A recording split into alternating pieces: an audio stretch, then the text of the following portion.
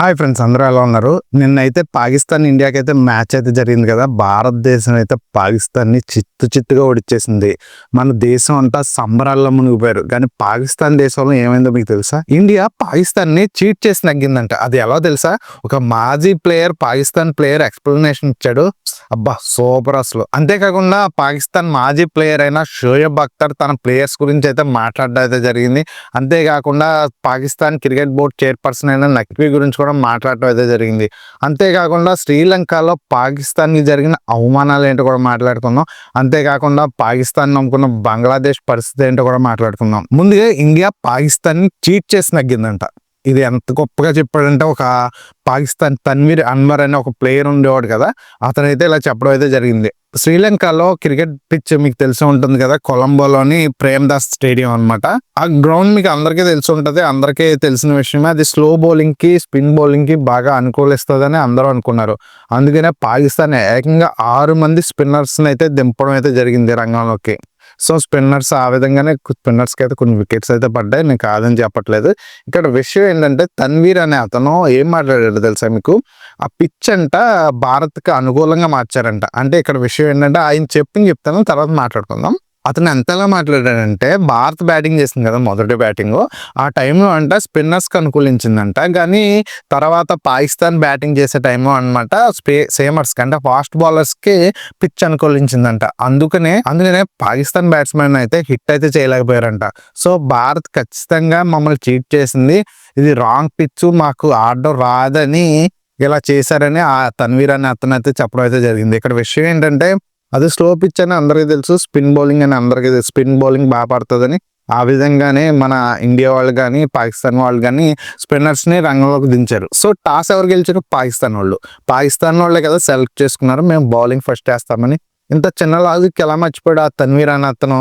అలా pitch report ఏది తెలియకుండా చూస్ చేసుకున్నాం. ఇప్పుడు ఇండియా వాళ్ళు చూస్ చేసుకున్నారు అనుకుందాం, టాస్ గెలిచి బ్యాటింగ్ ఏదో అప్పుడు ఏదో అనుకుందాం. కానీ ఇక్కడ చూస్ చేసుకున్న ఎవరు? పాకిస్తాన్ వాళ్ళు. ఇంత చిన్న లాజిక్ ఆ పాకిస్తాన్ ప్లేయర్స్ కి ఎందుకు అర్థం అవ్వదు? ఇప్పటికీ నాకు అర్థం అవ్వదు. బ్రెయిన్ ఉండి మాట్లాడతారా, లేకపోతే ఓడిపోయాం కాబట్టి ఏదో ఒకటి మాట్లాడాలి, ఇండియా మీద ఏదో ఒక విధంగా మనం పగ తీర్చుకోవాలని అలా మాట్లాడతారో అస్సలు అర్థం అవ్వదు. ఏ విధంగా చీట్ చేసుకున్నాం? అదేమన్నా ఇండియా పిచ్చా, శ్రీలంక పిచ్చు? నిన్న మ్యాచ్ ముందు పాకిస్తాన్ ప్లేయర్స్ ఏం మాట్లాడారో తెలుసా? వీళ్ళ వ్యూహం ఎలా ఉందో చెప్తాను. ఈ మధ్య మన ఇండియన్ ప్లేయర్స్ స్పిన్ పెద్దగా ఆడట్లేదు, శ్రీలంక పిచ్లన్నీ స్పిన్కి అనుకూలిస్తాయి. సో అందువల్ల మనం స్పిన్నర్స్ బాగా పెడితే భారత్ని ఇబ్బందులు పెట్టేయచ్చు, అందుకనే మనం స్పిన్ బౌలింగ్ ఎక్కువ మంది తీసుకున్నాం స్పిన్నర్స్ని అనుకున్నారు. సో ఆ విధంగానే తీసుకున్నారు. మన తన్వీర్ గారికి ఏం అర్థమైందో, మన దేశం మీద ఎందుకు అంత అక్కసుకక్కుతాడు అన్నది మనకైతే తెలియదు. సో అతను ఏం మాట్లాడాడు అనేది తెలుసుకునే ముందు పాకిస్తాన్ వాళ్ళకి శ్రీలంక బోర్డు ఏర్పాటు చేసిన ఫెసిలిటీస్ గురించి కూడా మాట్లాడుకుందాం. బేసిక్ గా అందరికీ తెలిసిందే, ఐసీసీలో బీసీసీ అనేది చాలా కీలకం అని చెప్పవచ్చు. బీసీసీ నుంచి చాలా ఆదాయం ఐసీసీకి వస్తుంది, అది అందరికీ తెలిసిన విషయమే. సో శ్రీలంక క్రికెట్ బోర్డు ఇప్పుడు పాకిస్తాన్ కి ఇండియాకి మధ్య గొడవల వల్ల శ్రీలంకలో అయితే మ్యాచ్లు అయితే పడ్డం అయితే జరిగింది, శ్రీలంకకి పాకిస్తాన్కి. అది అందరికీ తెలిసిన విషయం కదా. ఇక్కడ విషయం ఏంటంటే, Pakistan players Indian players Sri Lanka అయితే వెళ్ళడం అయితే జరిగింది. సో ఇండియన్స్ ని ఎలా ట్రీట్ చేశారంటే, చాలా కాస్ట్లీ హోటల్స్ అయితే వీళ్ళకి స్టే అయితే ఇవ్వడం అయితే జరిగింది అనమాట. అంతేకాకుండా కట్టుదిట్టమైన భద్రతా ఏర్పాట్లు కూడా చేశారనమాట. హోటల్ బయట చాలా పెద్ద నిఘా ఉంచారు. శ్రీలంక ఆర్మీ చుట్టూరు ఫోకస్ చేసింది, ప్లేయర్స్ కి ఏ విధమైన ఎఫెక్ట్ కలగకుండా చాలా జాగ్రత్తగా చూసుకున్నారు.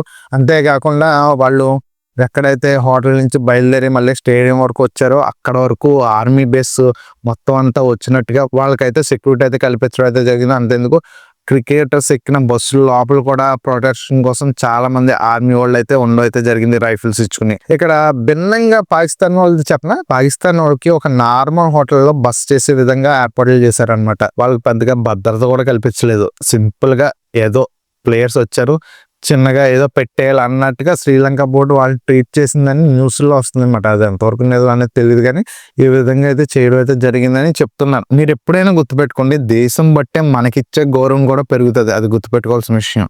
పాకిస్తాన్ ఆటగాళ్ళకి అది బాగా తెలుసని నాకు అనిపిస్తుంది. సరే, షోయబ్ అఖ్తర్ అది అందరికీ తెలిసిందే కదా, రావల్పిండి ఎక్స్ప్రెస్ అంటారు. అతనైతే రీసెంట్ గా నిన్నైతే మ్యాచ్ చూసాక లైవ్ లోనే చాలా ఆక్రోశంగా కోపంగా అయితే మాట్లాడడం అయితే జరిగింది. మన ఇండియన్ ప్లేయర్స్ గురించి కాదు, మన ఇండియా గురించి కాదు తను మాట్లాడింది, వాళ్ళ ప్లేయర్స్ గురించి, పీసీబీ అధ్యక్షుడైన నక్వీ గురించి మాట్లాడడం అయితే జరిగింది. అసమర్థులకి పెద్ద పెద్ద పదవులు ఇస్తే దేశాలు ఎలాగైనా నలిగిపోతాయి, ఎలాగైనా నాశనం అయిపోతాయి. ఏ పని చేతకాని వాడికి ఇలాంటి పెద్ద పెద్ద పదవులు ఇస్తే వాళ్ళు దేశాన్ని నాశనం చేస్తారు తప్పించి దేశానికి ఏ విధంగా గౌరవం తీసుకురారు. పీసీబీ బోర్డుకి నక్వీని అధ్యక్షుడిగా చేసుకోవడం మనం చేసిన అతిపెద్ద నేరం అని చెప్పుకుంటూ వచ్చాడు. ఆయనకి అసలు క్రికెట్ గురించి తెలుసా, క్రికెట్ ప్లేయర్స్ గురించి తెలుసా, అసలు క్రికెట్ ఎలా ఆడాలో కూడా తెలుసా? అలాంటి వాళ్ళకి ఎందుకు ఇంత గొప్ప పదవులు ఇచ్చి వాళ్ళని నెత్తిన పెట్టుకోవడం? ఇలాంటి వాళ్ళని పెట్టుకోవడం వల్లే దేశం అనేది నాశనం అయిపోతుందని అక్తర్ అయితే మాట్లాడాడు.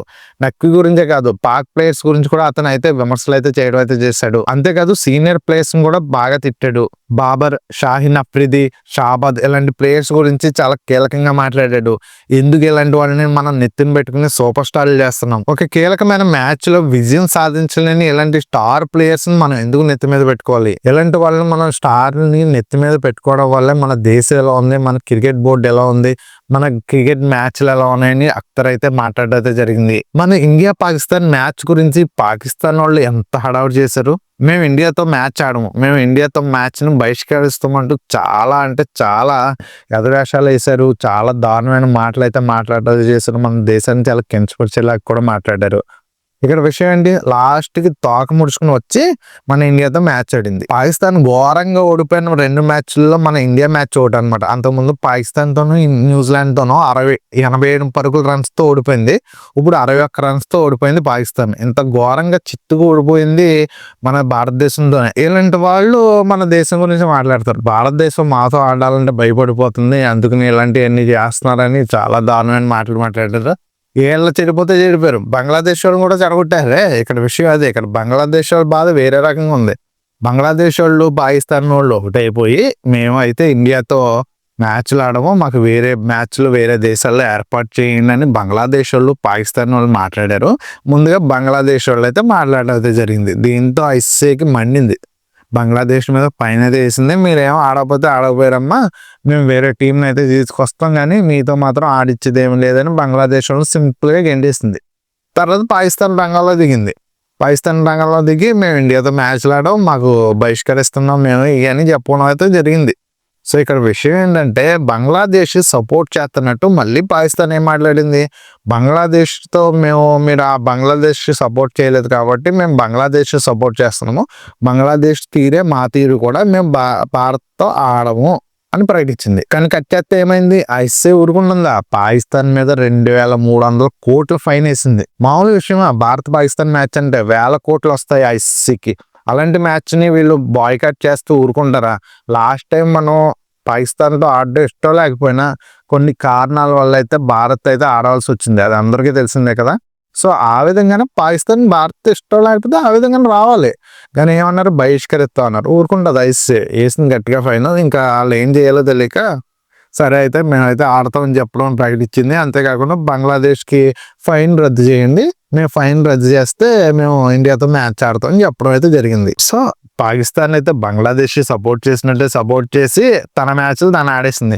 ఇక్కడ చెడింది ఎవరో బంగ్లాదేశ్. మేము పాకిస్తాన్ వాళ్ళు సపోర్ట్ చేస్తారు మాకు, సో మేమిద్దరం ఇండియాని ఐసీసీని ఆడేసుకుందాం ఒక ఆట అనుకున్నారు. కానీ ఏం జరిగింది, బంగ్లాదేశే నష్టపోయింది. పాకిస్తాన్ వచ్చి మ్యాచ్లు ఆడింది. ఎవరు నష్టపోయాడు? బంగ్లాదేశే. అంతేకాకుండా శ్రీలంక పాకిస్తాన్ మధ్య మ్యాచ్ అయితే జరిగింది కదా నిన్న, ఓడిపోవడం అయితే జరిగింది కదా పాకిస్తాన్. సో ఈ బాధను తట్టుకోలేక ఒక పాకిస్తాన్ ప్లేయర్ స్టేడియం బయట ఒక టీవీని తీసుకొచ్చి బయట బలగొట్టాడు అనమాట. అది నెట్లో హల్చల్ చేస్తుంది. ఆ వీడియో దొరికితే నేను పెడతాను అనమాట. అది బాగా హల్చల్ చేస్తుంది ఇలా పగలగొట్టినట్టు. సో పాకిస్తాన్ వాళ్ళు ఏం చేస్తారు చెప్పండి, వాళ్ళు ఇప్పుడు దెబ్బ తగులుతూనే ఉంటుంది వాళ్ళకి. వాళ్ళు అయినా మేమే గొప్ప, ఇండియా కన్నా మేమే గొప్ప అని చెప్పుకుంటారు, వచ్చి కొట్టించుకుని వెళ్ళిపోతారు. అది గొప్ప విషయం. అంటే భారతదేశం కూడా ఆ విధంగానే తుక్కుగా పాకిస్తాన్ కొట్టేస్తూ ఉంటుంది, అది వేరే విషయం అనుకోండి.